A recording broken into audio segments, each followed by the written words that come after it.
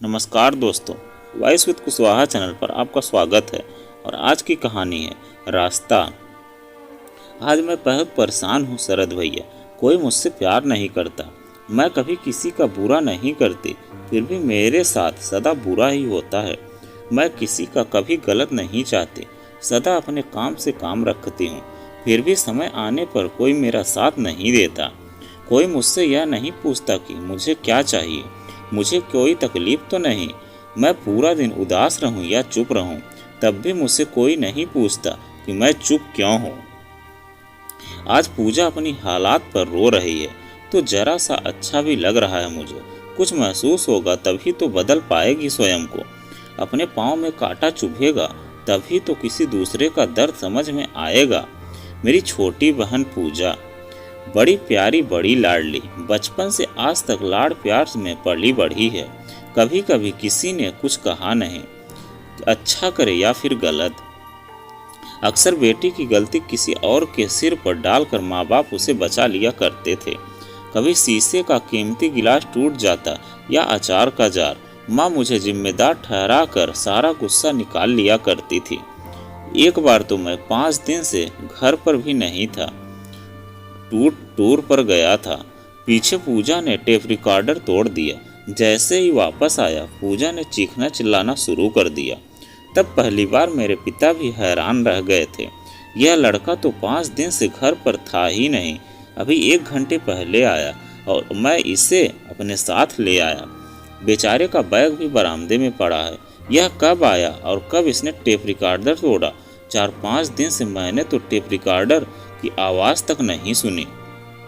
तू क्या इंतजार कर रही थी कि कब शरद आए और कब तू इस पर इल्जाम लगाए? बीएससी फाइनल में थी पूजा। इतनी भी बच्ची नहीं थी कि सही गलत का ज्ञान तक न हो। कोई नई बात नहीं थी यह मेरे लिए, फिर भी पहली बार पिता का सहारा सुखद लगा था। कोई मुझे सजाए मौत नहीं मिल जाती, फिर भी सवाल सत्य असत्य का था। बिना कुछ किए इतने साल मैंने पूजा की करने की सजा भोगी थी। उस दफा जब पिताजी ने मेरी वकालत की, तब आंखें भर आई थी मेरी। हैरान परेशान रह गए थे पिताजी। यह बेटी को कैसे पाल रही हो गीता? कल क्या होगा इसका जब यह पराए घर जाएगी? स्तब्ध रह गया मैं। अक्सर माँ को बेटा अधिक प्रिय होता है, लेकिन मेरी माँ ने हाथ ही झाड़ दिए थे। चले ही तो जाना है, इसे पराए घर क्यों कोस रहे हो? सवाल कोसने का नहीं है, सवाल इस बात का है कि जरा जरा सी बात का दोष किसी दूसरे पर डाल देना कहाँ तक उचित है। अगर कुछ टूट फूट गया भी है तो उसकी जिम्मेदारी लेने में कैसा डर? यहाँ क्या उसको लटका देगा क्या, जिसमें पूजा को कोई मारेगा? कोई गलती हो जाए तो उसे मानने की आदत होनी चाहिए इंसान में। किसी और में भी आक्रोश पनपता है जब उसे बिना बात अपमान सहना पड़ता है। कोई बात नहीं भाई, शरद पूजा का गाली सुनकर कमज़ोर नहीं हो जाएगा। खबरदार, आइंदा ऐसा नहीं होगा। मेरा बच्चा तुम्हारी बेटी की वजह से बेइज्जती नहीं कराएगा। पुरानी बात है यह। तब इसी बात पर हमारा परिवार बट सा गया था। तेरी बच्ची मेरा बच्चा। पिताजी देर तक आहत रहे थे, नाराज रहे थे माँ से, क्योंकि माँ का लाड़ प्यार पूजा को पहले दर्जे की स्वार्थी और ढीठ बना रहा था। और ऐसे ही समय बीतने लगा। और एक दिन गीता सोच रही थी, समझ में नहीं आता राकेश भी क्यों मेरी जरा जरा सी बात पर तुनके से रहते हैं। और धीरे धीरे ऐसे ही समय बीतता रहा। फिर पूजा की शादी अशोक से हो जाती है। अशोक एक अच्छी पोस्ट पर नौकरी करता था। एक दिन पूजा अपने पति अशोक की बेरुखी का गिला मुझसे कर रही है। वह इंसान जो बेहद ईमानदार और सच्चा है। मैं अक्सर माँ से कहता भी रहता हूँ, पूजा को 24 कैरेट सोना मिला है, शुद्ध खरा सोना। और यह भी सच है कि मेरी बहन उस इंसान के लायक है ही नहीं, जो निरंतर उस पासे सोने में खोट निकालने का असफल प्रयास करती रहती है। लगता है उस इंसान की हिम्मत अब जवाब दे गई होगी, जो उसने पूजा को वापस हमारे घर भेज दिया है। इतना झूठ और इतनी दोगली बातें मेरी समझ से भी परे हैं। हैरान हूँ मैं कि यह लड़की इतना झूठ कैसे बोल लेती है। दम नहीं घुटता इसका। शर्म आ रही थी मुझे। कैसे उस सज्जन पुरुष से यह कहूं कि मुझसे क्या आशा करते हो? मैं तो खुद अपनी माँ और बहन की दोगली नीतियों का भुक्तभोगी हूँ। आपने इसे कैसे पाला है? क्या जरा भी ईमानदारी नहीं रोपी इसमें? लगभग रोने जैसी हालात थी अशोक की उस पल। मैं उसे समझा बुझा कर घर से बाहर ले गया था। उसका मन पढ़ना चाहता था। विचित्र मनोस्थिति हो गई थी। मैं तो डिप्रेशन का शिकार होता जा रहा था। मैं समझ नहीं पा रहा हूँ इस लड़की को। हंसता खेलता हमारा परिवार इसके आने से छिन्न भिन्न हो गया है। कैसी बातें सिखाई है आपने इसे। आप इसे समझा बुझा कर जरा सी तो इंसानियत सिखाइए। आप इसे सुधारने की कोशिश कीजिए, वरना ऐसा ना हो कि एक दिन मैं इसकी जान ले लूं या अपनी। सास मेरी भी तो घुटती रहती है। आज तक मेरी बहन पूजा है। जब अपने खून की वजह से मैं सदा परेशान रहा हूँ, तो अशोक तो अलग खून है, अलग परवरिश। उसके लिए तो पूजा एक सजा के सिवाय और क्या होगी। हर साल राखी बांधकर पूजा बहन होने की रस्म अदा करती रही है, मगर मैं आज तक समझ नहीं पाया कि जरूरत पड़ने पर मैं इस लड़की की कैसे रक्षा कर पाऊंगा और इसने मेरे सुख की कितनी कामना की होगी। मेरी माँ का वह मोह है जिसके चलते मैं उन्हें पूजा की बड़ी से बड़ी गलती भी कभी नजर नहीं आती। मेरे पिता मेरी माँ को सही दिशा में लाते लाते हार गए और जिस पल उन्होंने अंतिम सांस ली थी, उस पल मेरे कंधों पर इन दोनों की जिम्मेदारी डालते डालते नजरों में एक असहाय भाव था। वही भाव जो सदा उनके होठों पर भी रहा था कि पता नहीं कैसे तुम इन दोनों को सह पाओगे। तू फिक्र मत कर पूजा, मैं मरी नहीं हूँ अभी। अशोक और उसके घर वालों को छठी का दूध न याद करा दिया तो मेरा नाम नहीं। रो मत बेटी। स्तब्ध रह गया मैं। यह क्या कह रही है माँ? पूजा की भूलों पर पर्दा डालकर सारा दोष अशोक और उसके परिवार पर। मेरी फूल जैसी बच्ची को रुला रहे हैं न वे लोग। उनकी 7 पुश्तों को न रुला दिया तो क्या करोगी तुम? अचानक मैंने सवाल किया। चुप रह गई थी मेरी माँ। शायद इस धमकी के बाद उन्हें उम्मीद होगी कि मैं साथ चलने का आश्वासन दूंगा। मेरे सवाल की उन्हें आशा भी नहीं होगी। और किसके पास जाओगी? क्या पुलिस में जाकर रिपोर्ट करोगी? क्या इल्जाम लगाओगी अशोक पर? यही कि वह अपनी पत्नी से ईमानदारी की आस रखता है, सच बोलने को कहता है और कहता है घर में राजनीति का खेल न खेले। पूजा के सभी गलती भी माफ और सामने वाला सिर्फ इसलिए दोषी कि उसने सांस जरा खोल कर ले ली थी। यह बात करते हुए उसे छींक आ गई थी। मुंह खुला का खुला रह गया था पूजा और माँ का। जिस भवन में आज पूजा है उसकी तैयारी तो तुम बचपन से कर रही हो। पिताजी इसी दिन से डर कर सदा तुम्हें समझाते रहे कि इसे इस तरह न पालो कि इसका भविष्य ही अंधकारमय हो जाए। माँ, यह घर तुम्हारा है, यहाँ तुम्हारा राजपाट चल सकता है। तुम पूजा को गलत सही जो चाहे सिखाओ, मगर वह घर तुम्हारा नहीं है जहाँ पूजा को सारी उम्र रहना है। इंसान भूखा रहकर जी सकता है, आधी रोटी से भी पेट भर सकता है, मगर हर पल झूठ नहीं पचा सकता। राजनीति एक गंदा खेल है जिसमें कोई भी शरीफ आदमी जाना नहीं चाहता, क्योंकि वह चैन से जीना चाहता है। इसी तरह अशोक और उसका परिवार सीधा साधा साफ सुथरा जीवन जीना चाहता है, जिसे पूजा ने राजनीति का अखाड़ा बना दिया है। जब जब गृहस्थी में दांवपेच और झूठ का समावेश हुआ है, तब तब घर उजड़ा है। पूजा का घर बचाना चाहती हो तो इसे जलेबियां पकाना मत सिखाओ। गोल मोल बातें रिश्तों को सिर्फ उलझाती हैं। मैं नहीं जानता कि मेरी बातों का असर था या अपना घर टूट जाने का डर। पूजा स्वयं ही अपने घर वापस चली गई। पूजा जैसी इंसान अपने अधिकार के प्रति बड़ा जागरूक होता है। पहले दर्जे का स्वार्थी चरित्र जिसकी नज़र अपने अधिकार के साथ साथ दूसरे की चीज़ पर भी रहती है। अशोक का फोन आया मेरे पास। पता चला पूजा ने सबसे माफ़ी मांग ली है और भविष्य में कभी झूठ बोलकर घर में अशांति नहीं फैलाएगी। ऐसा वादा भी किया है। पता नहीं क्यों मुझे विश्वास नहीं हो रहा है पूजा पर। मेरी चाहत तो यही है कि मेरी बहन सदा सुखी रहे, लेकिन भरोसा रत्ती भर भी नहीं उस पर। कुछ दिन आराम से बीत गए, सब शांत था, सब सुखी थे, लेकिन दबी आग एक दिन विकराल रूप में सामने चली आएगी, यह किसी ने नहीं सोचा होगा। परंतु मुझे कुछ कुछ अंदेशा अवश्य हो रहा था। पता चला अशोक ने डिप्रेशन में कुछ खा लिया है। पति पत्नी में फिर से कोई तनाव था। जब तक हम अस्पताल पहुंचते बहुत देर हो चुकी थी। अशोक बेजान कफन में लिपटा सामने था। कुछ विषाक्त पदार्थ खा लेने का केस था, जिस वजह से पोस्टमार्टम जरूरी था। पूजा ने विलाप करते हुए जो कहानी सबको सुनाई, उससे तो अशोक के माता पिता और ननद हक्के बक्के रह गए। पूजा ने बताया कि उसकी ननद चरित्रहीन है, जिसकी शर्म में उसका पति विषाक्त पदार्थ खाकर मर गया।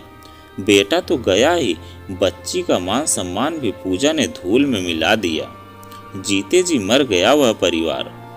मेरी माँ ने भी दिल खोलकर पूजा की ननद को कोसा। दुख के साथ साथ बदहवास था अशोक का परिवार। सत्य क्या होगा मैं समझ सकता हूँ। बुरा हो मेरी माँ का, मेरी बहन का, जिन्हें झूठ बोलने से जरा भी डर नहीं लगता। मरने वाले की मिट्टी का इससे बड़ा अपमान, इससे बड़ा मजाक क्या होगा, जिसकी खुद को मारने का रंग उसकी निर्दोष बहन के चेहरे पर कालिक बनकर पुत गया।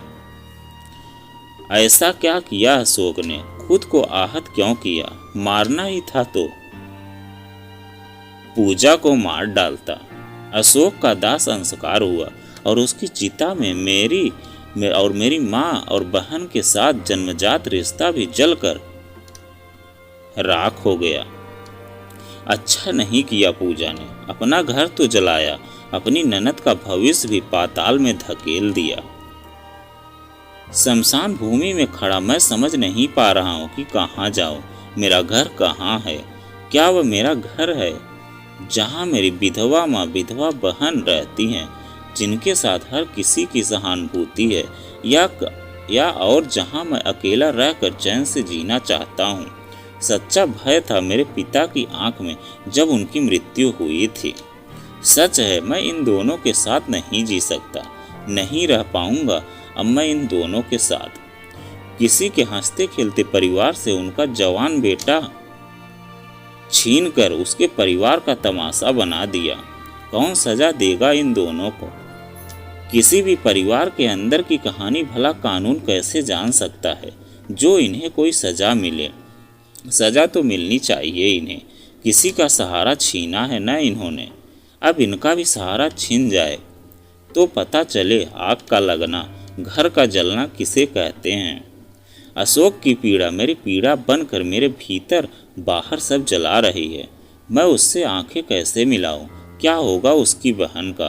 क्या होगा उसके माँ बाप का? ऑफिस के काम के बहाने मैं कितने ही दिन अपने घर नहीं गया।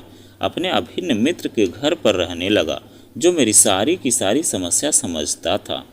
कुछ दिन बीत गए, मेरे घर होकर आया था वह। अशोक के माता पिता का गुजारा तो उनकी पेंशन से हो जाएगा, लेकिन तुम्हारी माँ का क्या होगा? अब तो पूजा भी वापस आ गई है। अशोक के घर वालों ने उसे वापस नहीं लिया। शहर भर में उनकी बेटी की बदनामी हो रही है और तुम सच्चाई से मुंह छिपाए मेरे घर पर रह रहे हो। सच्चाई क्या है यह सारा शहर जानता है।